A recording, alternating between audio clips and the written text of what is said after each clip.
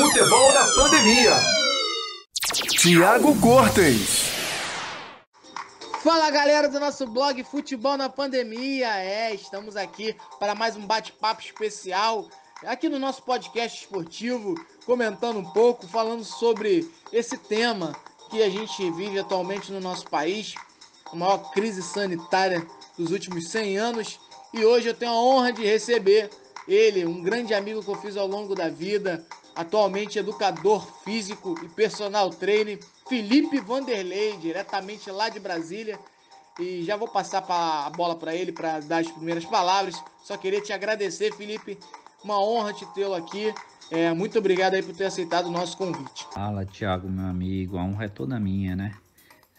Obrigado pelo convite, primeiramente. E eu queria dizer que é um prazer enorme estar aqui contigo nesse bate-papo. Vamos tentar aí debater algumas questões ligadas ao esporte nesse momento de coronavírus, que é um momento complicado e importante.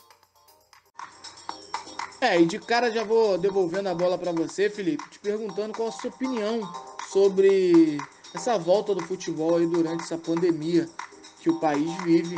Qual a sua opinião aí, mais especificamente aí o Campeonato Carioca, que voltou na última quinta-feira e provavelmente deveremos, né, ter jogo já essa semana. O que você acha dessa volta do futebol durante a pandemia?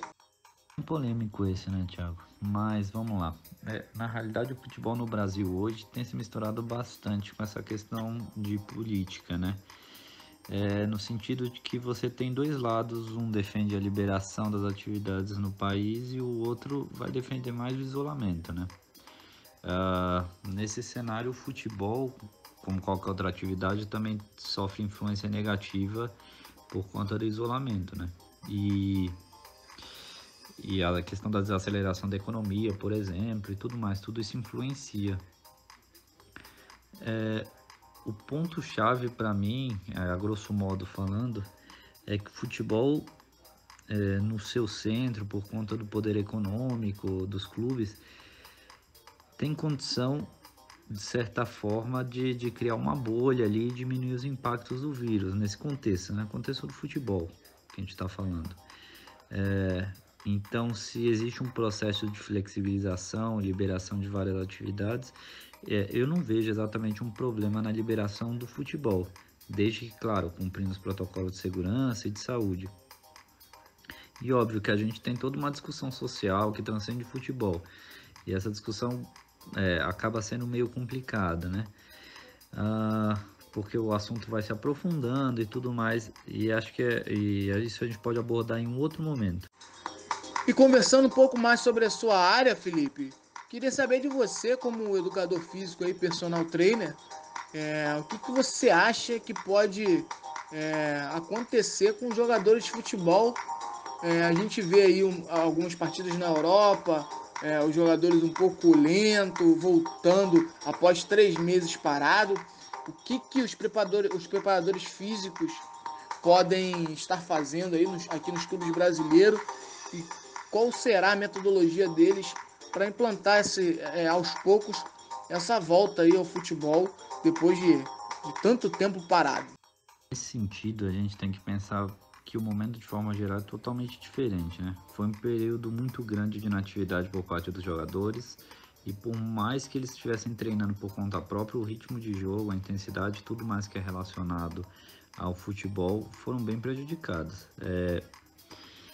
Então a gente acaba propiciando bastante lesões, principalmente musculares, né? A gente tem visto bastante esse cenário nesse retorno do futebol europeu. E trazendo um pouquinho aqui para a nossa realidade no Brasil, um detalhe importante que a gente tem que levar em consideração, sim, é que o período de preparação física, de pré-temporada que os clubes brasileiros têm, de forma geral, é um período muito curto, né? Como a gente já tem um período curto de preparação física, a gente estava em início de temporada ainda, a questão de adaptação dos jogadores ela é mais complicada, porque vamos imaginar aí que a gente já veio de um mês de férias, emendamos ali o início do estadual, que de forma geral é mais complicado para os clubes. Então você já emendar com isso 3 meses aí de inatividade fica mais complicado. O ideal era ter de fato, depois, no início do futebol, a gente ter uma pré-temporada completa, bem feita, com tempo importante aí de trabalho, mas a gente sabe que para o nosso calendário é meio complicado dispor dessa quantidade de tempo. Mas, e também que, claro, vai variar da estrutura de cada clube, o que cada clube pode propiciar para os jogadores. Isso é um detalhe que é importante e aí varia bastante de clube para clube. Quero mais uma vez agradecer a sua presença aqui no nosso bate-papo, Felipe, e como uma última pergunta aí, agora um pouco mais pessoal, queria saber aí se num futuro próximo veremos Felipe Vanderlei aí, preparador físico de algum clube brasileiro, se tem essa intenção ou não, quais são os projetos aí para o futuro próximo.